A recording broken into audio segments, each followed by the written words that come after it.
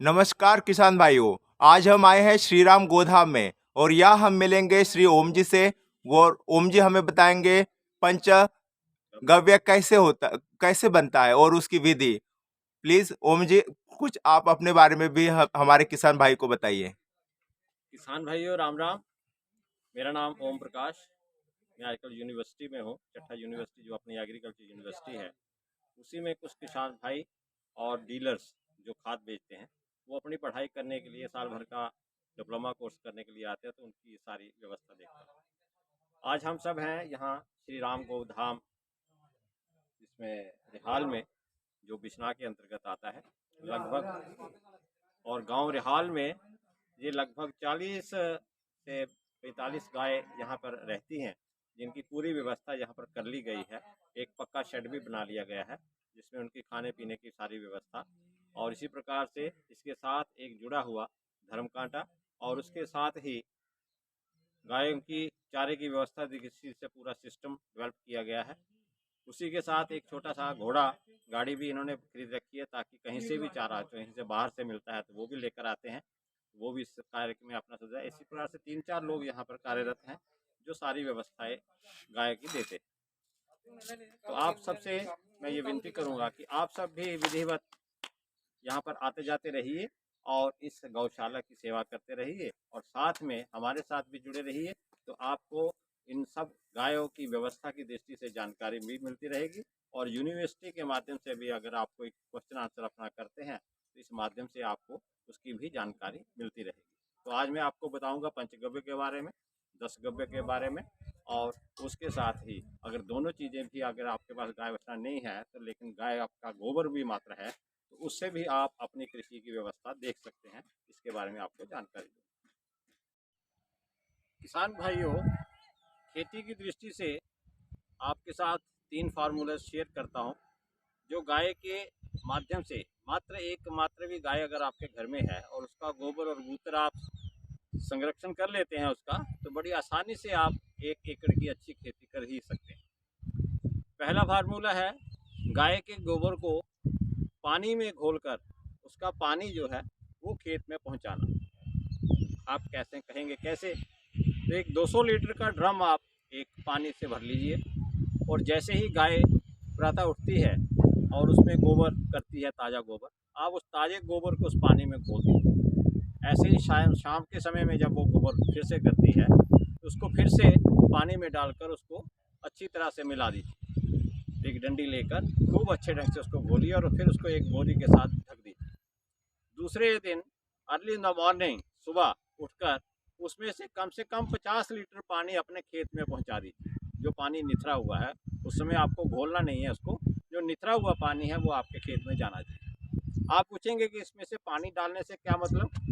तो मेरा कहने का मात्र ये है कि गोबर के अंतर्गत, गोबर के बीच में जितने भी प्रकार के उसमें माइक्रो ऑर्गेनिज्म होंगे हेल्दी, वो सारे के सारे उस निथरे हुए पानी में, जो ऊपर का 50 लीटर का पानी है, उसमें आ जाते हैं। वो पानी जब आप खेत में डालते हैं तो उनकी हजारों नहीं लाखों की संख्या में फैमिलीज जो है वो आपके खेत में, यानी अगर आपका खेत जो है मुर्दा है तो वो इस जैविक तत्व से आपका खेत जिंदा हो जाएगा, जिसमें वो अपने आप वो सारी चीज़ें जो है बनाना शुरू कर देंगे। जितने भी प्रकार के तत्व आपको आपकी प्लांटेशन के लिए, आपकी फसल के जरूरी होते हैं, वो सारे के सारे तत्व उसमें वो अपने आप ही वहाँ से खाद्य पदार्थ लेकर, जो भी जिस प्रकार का भी खाद्य पदार्थ वहाँ पे उपलब्ध है उसको लेकर वो आगे काम करना शुरू कर देते हैं। ये काम आप साल भर भी कर सकते हैं और इससे आपका खेत बहुत अच्छे ढंग से सस्टेनेबल दृष्टि से फसल देने वाला आपका बन सकता है।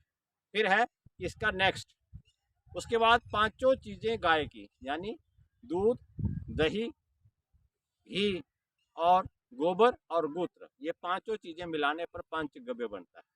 उसके लिए एक छोटा सा फार्मूला, एक लगभग 15-20 लीटर की एक छोटी सी बाल्टी ले लीजिए, उसमें 4-5 किलो गोबर ताज़ा और उसमें घी मिलाकर उसको अच्छी तरह मिलाकर उसको रखिए, 2-3 दिन रहने दीजिए।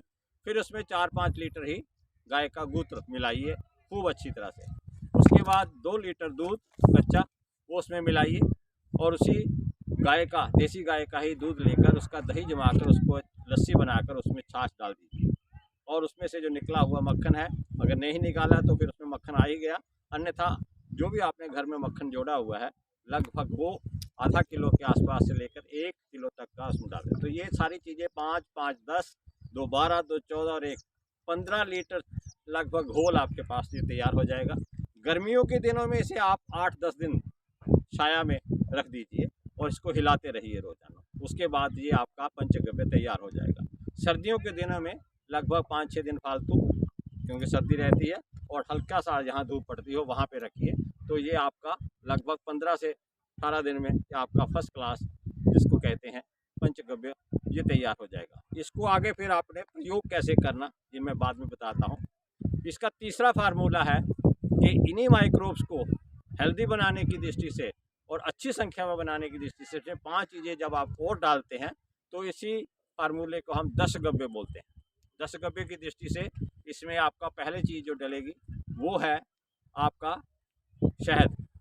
लगभग 500 ग्राम से 1 लीटर तक आप अच्छा शहद, देसी शहद जो है उसमें मिला सकते हैं इसी बाल्टी में। उसके बाद दूसरी चीज़ है बेसन, चने का बेसन या डिफरेंट प्रकार की मिक्स दालों का बेसन, वो आप इसमें मिक्स करके डालिए और इसको अच्छी तरह से हिला दीजिए। तीसरी चीज़ है नारियल का, जो सैला नारियल रहता है उसका पानी, उसका गूदा, वो सब मिक्स करके इसमें डाल दीजिए। और चौथी चीज़ है लगभग 1 दर्जन सड़े हुए केले, गिरे हुए केले, उनको अच्छी तरह से मिक्सी में पीस लीजिए और उसका वो लेटनी जो है वो सारी उसमें डाल दीजिए। और पांचवी चीज़ क्या रहेगी, भूल रहा हूँ मैं, गुड़। पांचवी चीज़ है गुड़।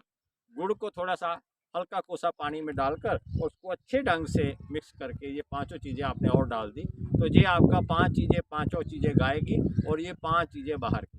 ये आपने मिक्स कर दिया तो लगभग 5 लीटर ये चीज़ और बढ़ गई, तो 20 लीटर के आसपास ये आपका हो गया। तो ये सारी चीज़ें जो आपने डाली हैं अति शक्तिशाली हैं, जो उसमें पाए जाने वाले माइक्रोब्स हैं उनको शक्ति देंगी और उनकी फैमिलीज जो है बढ़ जाएंगी।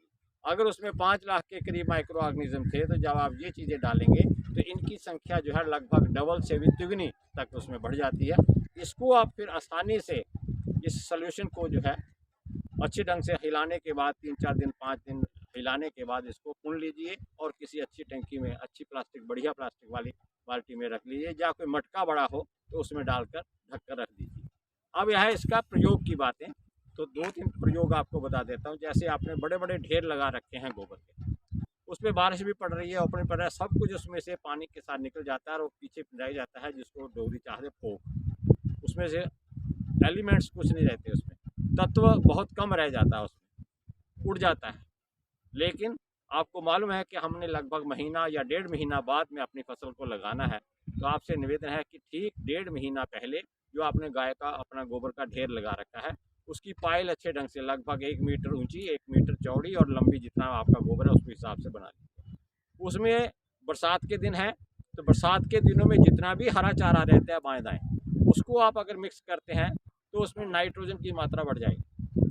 आजकल सर्दियों के दिन है, तो सर्दियों के दिनों में जितना भी सूखा पत्ता नीचे गिरा हुआ है उसको आप झाड़ू पोछे के साथ उसको उठाकर उसको टोकरियाँ भर के आप अगर अपने गोबर में मिला देते हैं तो उसमें डाया बढ़ जाएगा।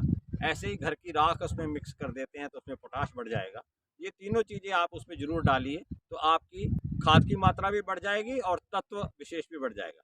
अब इसको खाने पचाने की दृष्टि से इसका बढ़िया खाद बने, तो आपने जो पंचगव्य या 10 गव्य जो बनाया है उस बाल्टी में से 1 लीटर लीजिए और 40 लीटर लगभग इसमें पानी मिलाइए।